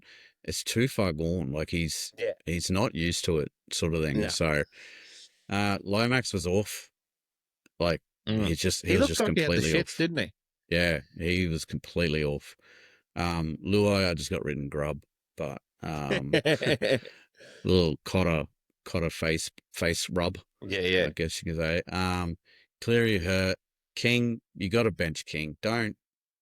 He's not again. The most New South Wales thing. Let's get the young guy to go head to head with the big guys. And it just backfired completely. Robson tried again. Like he's always going to give you what Robson's going to give you. Haas played hurt. Was great though. Martin, I felt. He started strong in Tino's face, doing what Martin does and all that. And as soon as Cotter and Tino put their shoulders straight into it, that once where he dropped it, gone. Just gone. Val iced him, and then you didn't see him again. And it was probably a symptom of Cleary just being so quiet. But I mean, true. He was. It looked like, fucking Liam Martin's going to be on a tear tonight. And then you just did not hear his name again. No. Gus was solid. As Gus Bus does. Good on him. Yo, the same. He was solid, but more on the quiet solid as well. Yeah. He wasn't really doing too much. Watson, he was a bit off through that pass over the sideline. I definitely seen Luai screaming at him on the other side. So he did the wrong call there. Lenu was just drop Lenu. Seriously, like I don't understand why he's there. He's a polarizing person, yes, but I really can't get my head around. I've never understood the big fucking hoo-ha about it. He gets a bit of red mist. He gets a bit angry. Yeah, you need that dog, but you have a Huddy Young for that. And Huddy can control it. And they've got a Terrell May and a Keenan Climatungi. Yes, sitting there, and you go, If I'm Queensland, Spencer, yes, he can go a bit fucking stupid, and he's probably good for selling tickets. But if I'm Queensland, I'm looking at those three props and going, well, I'm picking Spencer every day of the fucking week. Yeah, and then like Young, he was off, but everyone was off there for a bit there. So and Stefano did nothing. Just drop Stefano, drop Lenu, bring in Keelan, and mate. That's a far more intimidating bench to me. So I know Keenan had that eye, but he seemed to be all right. He played on the weekend. So, but that's how I see it. And then Burton, I don't know. Burton, he's just forever going to be the bridesmaid, never the bride, as far as I'm concerned. Let him go, poor kid. Like if Cleary's hurt and they do bring someone else in and then keep him at 18th man again. Like, it's time to break that toxic relationship off, Bruss. Like, that's terrible. Yeah. You're getting into West Tigers areas there. Yeah. With that stuff. But I don't know what they're going to do. I don't know whether they I mean, poor old Laurie fucking, after that game, probably had PTSD again. It was all running smoothly and then just slipped through his fingers. So, it's good. It's good to be giving him a headache. It's going to bring back some awful things in Laurie's head, in that. And it's as bad as it is, because Laurie seems like a great bloke, but he would be scarred. And to go into that game where they've won 48-12 and whatever else the other two stats were from Perth, to get beat, there'd have to be a few demons on the shoulder there going, don't fuck it up when it's like, there's a bit of head noise going on. Oh, poor bastard. Not that, I'm saying poor bastard for the man, not the New South Wales coach. Yeah, that's it. Because I've got head noise for him. Yeah. Anyway, good shit. Well done, Queensland. On to the decider. And, I mean, I don't care if, like, I do. I lied. That's a fucking terrible lie, Thomas. I can't believe you nearly went to do that to the Thoroughbreds. I do care if we lose, but having not been swept and having just put that little bit of doubt in their head, next time you're going in and you've won game one, shut the fuck up. And that's the thing, in that there's a big difference between losing game 1 and 2 and then stopping being swept in game 3. But to win game 2 with a team that they carry on about, you go, ooh. It puts that energy back in the state and then into the side, no doubt. The side's like, well, fuck these losers. Like, we can do a number on them if we do such and such. So, anyway, it'll be Origin, just best in class. So it just doesn't stop delivering. That's it. But I expect the Blues to come out really disciplined. Yes. In the next one. And so we have to go to another level of that. Yes. That they will come out and make a point of being very, very disciplined, I reckon. It's the last one, just really quick. With Liero being so good, does it offer a Paddy and Tino front row tier and put Moe on the bench? It does. For that discipline, like you said, if we know they're going to come out swinging for the fucking fences, like ready to prove their point, does that enter your head then to have, if you're going to keep Mo, then you put Tino and Paddy up the front and put Liero at 13? Yeah. Yeah. I mean, you could have done that game 2 as well and nobody would have batted an eyelid. I guess it raised more eyelids, bloody dropping Paddy onto the bench. But, yeah, 100%. And Trent was really good. Like, he was. My so issue. Melbourne. Yeah. And that was my issue. How are you going to play Melbourne footy up against the guy that coaches Melbourne footy? Yeah. Like, how is that going to work? And I mean, Munster's the answer there, really. And I heard someone else say exactly that the other day, and they said, it might have been Rue, actually. He said, it's one thing to say, you know, how are you going to play Melbourne footy against the Melbourne coach? He's like, it's one thing to say it's coming. It's another thing to stop it. Yeah, yeah. And, you know, that was plainly obvious, like that you have to be. And, you know, if Trent Liero is going to be my Dallas Johnson, fucking I am giddying up that horse all the way home. 100%. Dallas Johnson. That's the other name I was trying to think of when I mentioned David Staggs. Oh, yeah. Yeah. The old David Staggs, Dallas Johnson. I love that shit. All right. Moving on real quick to the week ahead after a bit of Origin chat there. Injury list, we've got Hayes and Jock out for the season. Ben Hunt. Now, we knew Ben wasn't playing this week, even though they say that he was available or whatnot, because he wasn't training with the main squad on the captain or during the week anyway. By the way, if you want some painful viewing, go and watch Brendan Piakura in a press conference. That poor lad needs some serious media training. Holy.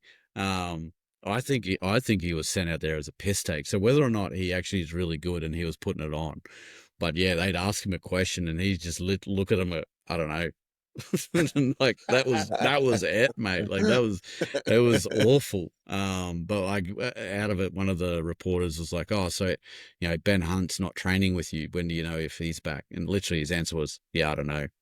Like, it was fucking great. It was great. Yeah. Keeping him at bay. Just send Brendan out. Let him fucking do his thing. Yeah, right. But yeah, Ben, I don't know whether he'll come back this week. Walter's solid without being great. Pakesy got a try, was a bit off. Yeah. We got the dub. Who knows? Ben Takura, I found out, apparently did have to have surgery on that ankle. So, but with the rehab, round 22 is the rumor. Well, we'll take that. Yeah, that's 22. I think that's Melbourne, potentially. And so whether or not he comes back then, who knows? But he's fit into the finals. We'll have that. We'll have a big man up our sleeve sort of thing. But the new one to the list here is Payne Haas with that quad. So that's obviously a to be confirmed for the severity and a to be confirmed if he's available. So watch this space on that one. No one in the judiciary, thankfully. We're coming up against the Wars. 3 p.m. on a Saturday at Suncorp Stadium. We've had 45 games with the Wars. We are 22 apiece. That's fucking wild, eh? It is, with one draw.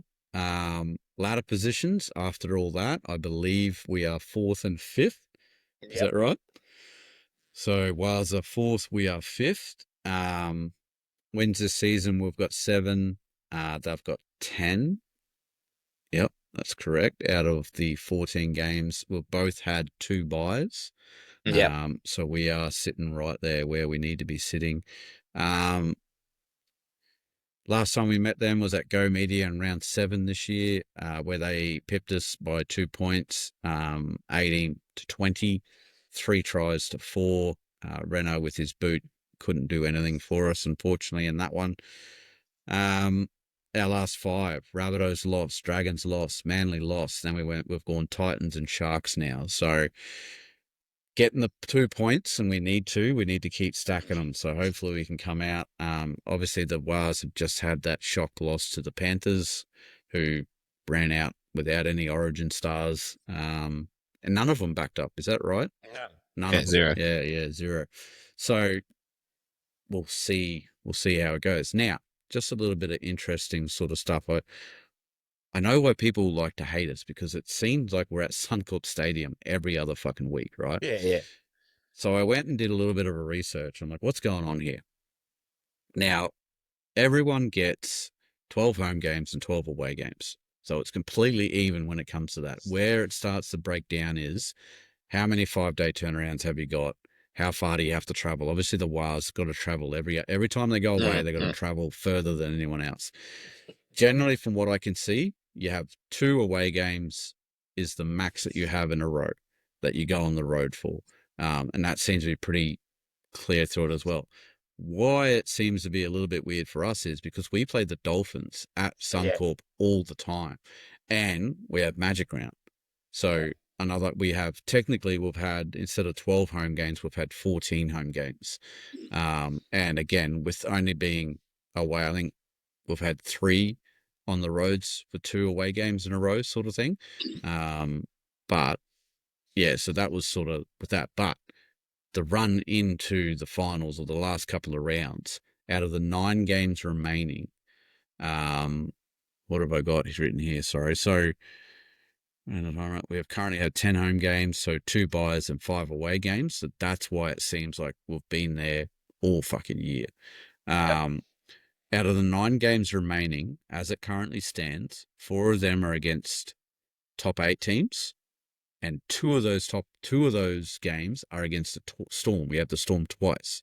Yes, so really, we're only playing 3 top 8 teams at the moment, as it stands. So surely we can be there and not be banged up too much. The Storm's going to take a bit, although there are questions around the Storm and whatnot, because they dip in and out. They will come out and flog the Tigers and then barely make it home against the Rabbitohs and all that sort of stuff. Yep. So we'll see what mood they are in. But as far as runs to the finals, Thoroughbred's concerned, we've got it good. We need to just execute.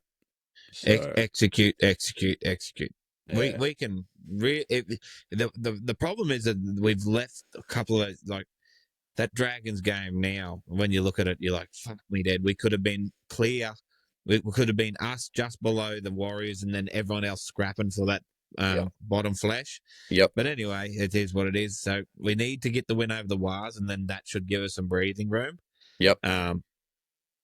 Not so much breathing room, but it gives us a loss to one of those games against the Storm we can afford to lose. Yeah. Yeah, that's it. And like looking at the table, like we're top of the pops when it comes to the people close, right? We're 6 points behind the Waz, but then from 5th where we sit down to 11th. Oh, fuck it. Let's include the Cowboys on 12th. 15th, there's 3 points, but in 10 positions, nearly. Yeah. And crazy sort of shit. So we really need to start banking it. What are we paying at the moment? $13 to win the premiership. It was 19 before we went in today. The Storm at $2.60. That's ridiculous, eh? That's in the competition the way it is at the moment. That's too short. That's wild.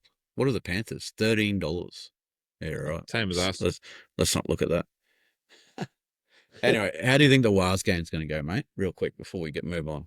Same thing. It'd be interesting with if Metcalf is out. Directionally, that makes them pretty rudderless, I reckon. So no DWZ, which is what we and DWZ and is the big prop, Barnett. Jesus, and both their props are out at the moment. Oh shit! The former Panther, what's his name? Oh, Fisher. Oh, Fisher Harris. Yeah, that's terrible. If they're both out, once again, we should pump them. We should, and if we play like the last 25 minutes of the game today, we do.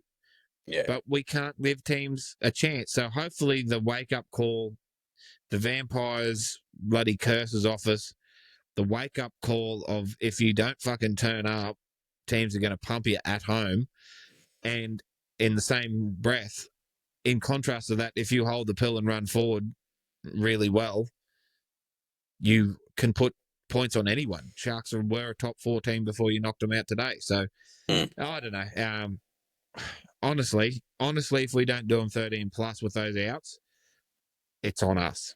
Yeah, that's true. Because we should roll into that game with the same team with the possibility of adding Ben Hunt to it. So, yeah, that's true.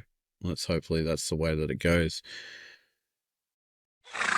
All right, real quick, if you want to check out the results of our tipping and Supercoach, check the social media tomorrow. We're going to just do a short video, but we'll do a quick shout out. Dan R.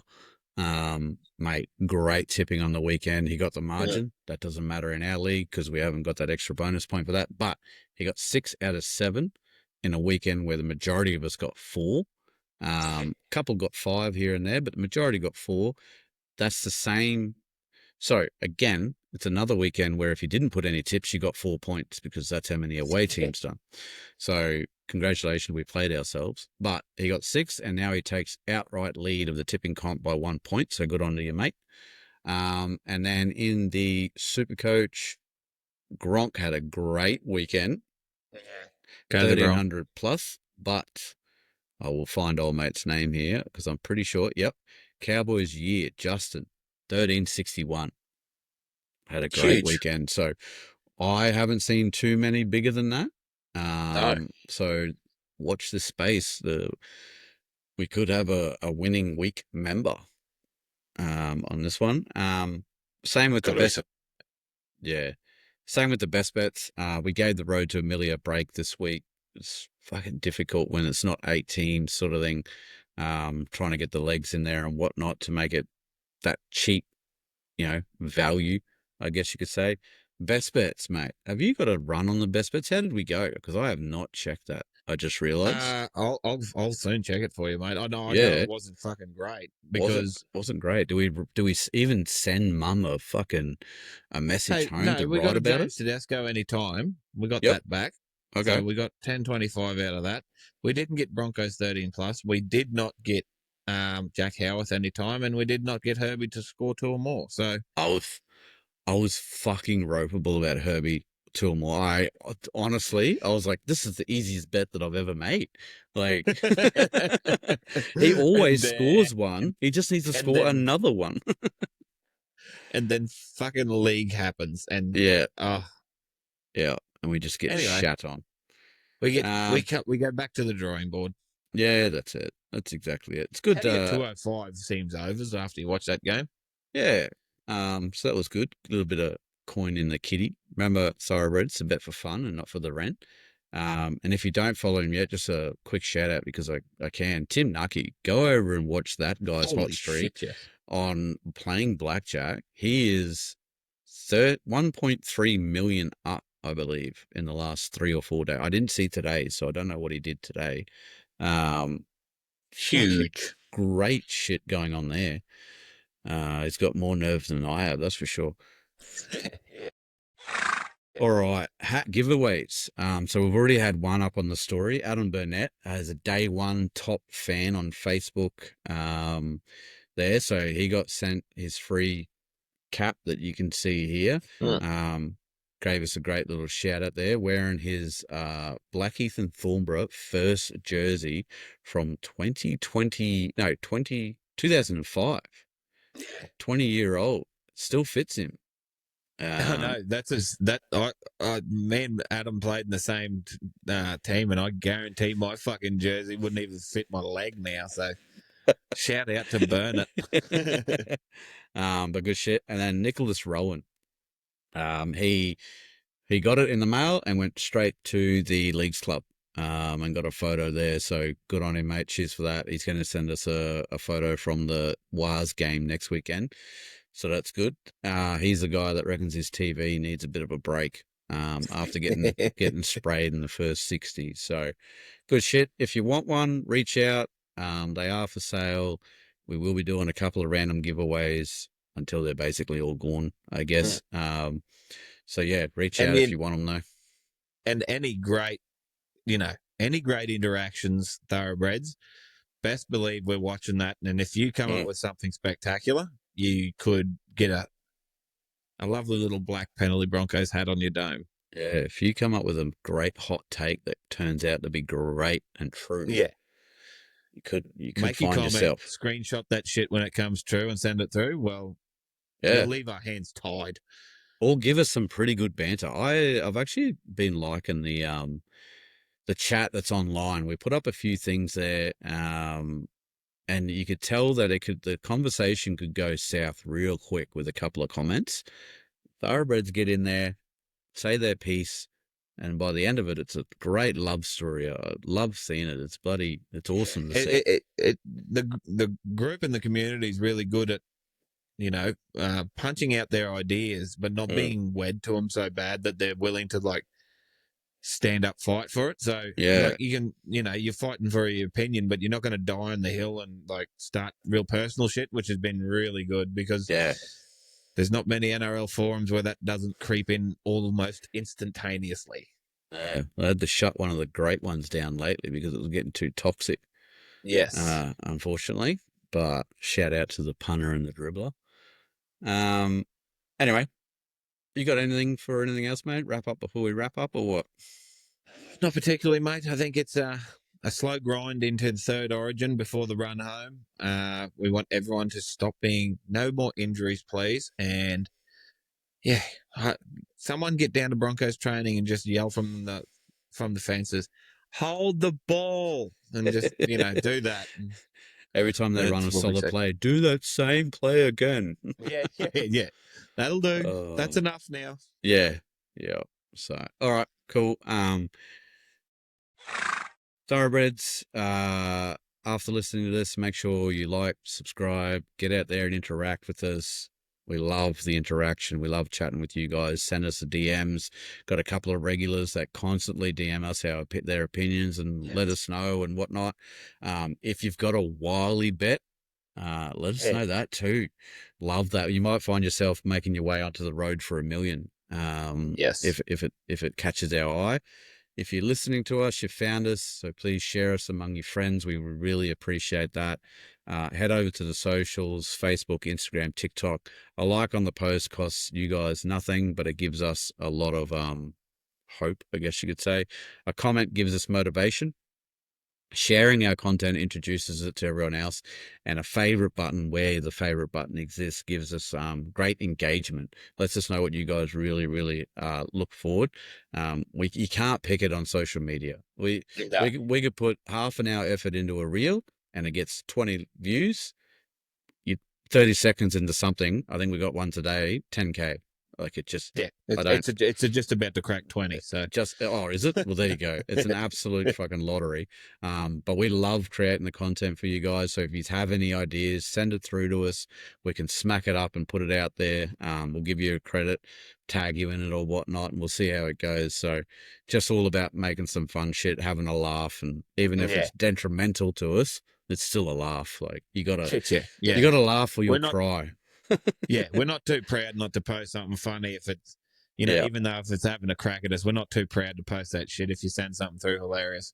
100%. We all appreciate a good meme. That's it. But bet responsibly, bet for the fun and not for the rent. be a contributor to society, stay out of one another unless it's consensual, and we will gallop off into that sunset. Enjoy the week and see you at the Wars game. Catch you later. Thanks, Thoroughbreds.